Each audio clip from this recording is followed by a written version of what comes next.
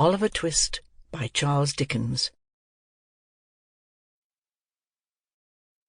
Chapter 1. Treats of the place where Oliver Twist was born, and of the circumstances attending his birth. Among other public buildings in a certain town, which for many reasons it will be prudent to refrain from mentioning,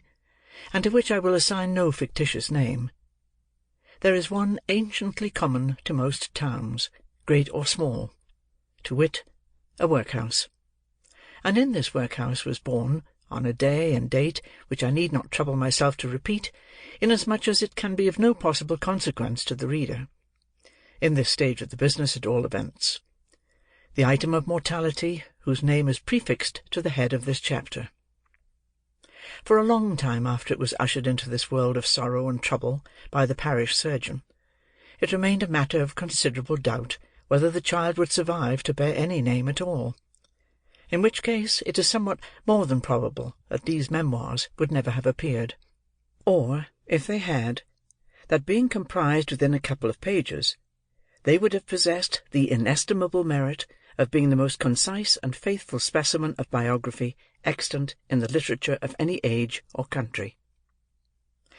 Although I am not disposed to maintain that the being born in a workhouse is in itself the most fortunate and enviable circumstance that can possibly befall a human being, I do mean to say that in this particular instance it was the best thing for Oliver Twist that could by possibility have occurred. The fact is,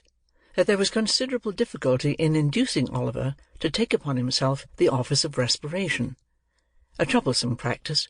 but one which custom has rendered necessary to our easy existence, and for some time he lay gasping on a little flock mattress, rather unequally poised between this world and the next, the balance being decidedly in favour of the latter. Now, if during this brief period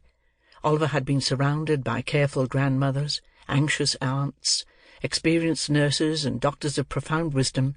he would most inevitably and indubitably have been killed in no time. There being nobody by, however, but a pauper old woman, who was rendered rather misty by an unwonted allowance of beer, and a parish surgeon who did such matters by contract, Oliver and nature fought out the point between them. The result was that after a few struggles, Oliver breathed, sneezed, and proceeded to advertise to the inmates of the workhouse the fact of a new burden having been imposed upon the parish,